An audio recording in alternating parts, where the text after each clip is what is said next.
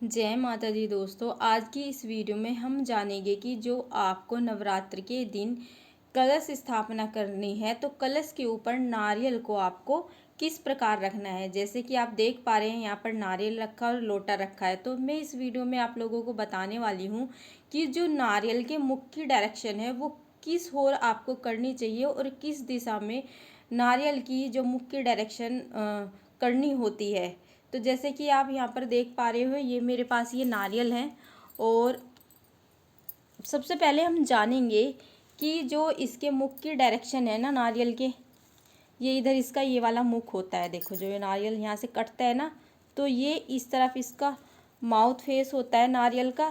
और जैसे कि देखो ये आप देख पा रहे हैं नारियल जिस तरफ इसका मुख होता है ना, यहाँ पर इसमें इस नारियल में यहाँ पर दो गड्ढे भी होते हैं।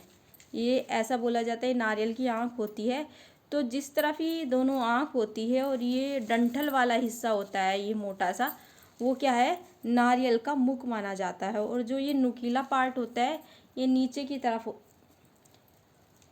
ठीक है, तो ये नीचे की तरफ होता है। और जो ये मेन पार्ट होता है, इस मेन पार्ट का हमें जो मुख की डायरेक्शन है इसकी, ये स्पेशली इसकी, इस पर हमें ध्यान देना है। तो यदि आप नारियल को ना ऐसे रखते हैं, ऐसे कलश में ऐसे रखते हैं, मतलब क्या हुआ, ये कलश है और ये नारियल है। नारियल में हमने यदि मुख की, नारियल के मुख की जो माउथ की डायरेक्शन है वो नीचे की तरफ रखा तो उससे क्या होता है, तो यदि नारियल का मुख नीचे की तरफ रखते हैं कलश स्थापना के समय तो उससे जो है शत्रुओं की वृद्धि होती है और घर में लड़ाई झगड़े की जो है संभावना ज़्यादा बढ़ जाती है। और यदि हम नारियल को, जो उसका ये माउथ फेस है नारियल का, उसको ऐसे ऊपर की तरफ रखते हैं तो इससे क्या आती है, घर में बीमारियां लगी रहती हैं। ठीक है।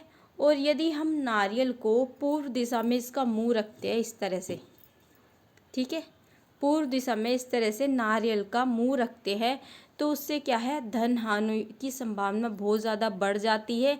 किसी ना किसी तरह से जो है वो धन हानि होती रहती है। तो हमें ये सारी चीज़ें करने से बचना है। नारियल जो आप कलश के ऊपर रखेंगे उसको सही डायरेक्शन में आपको रखना है।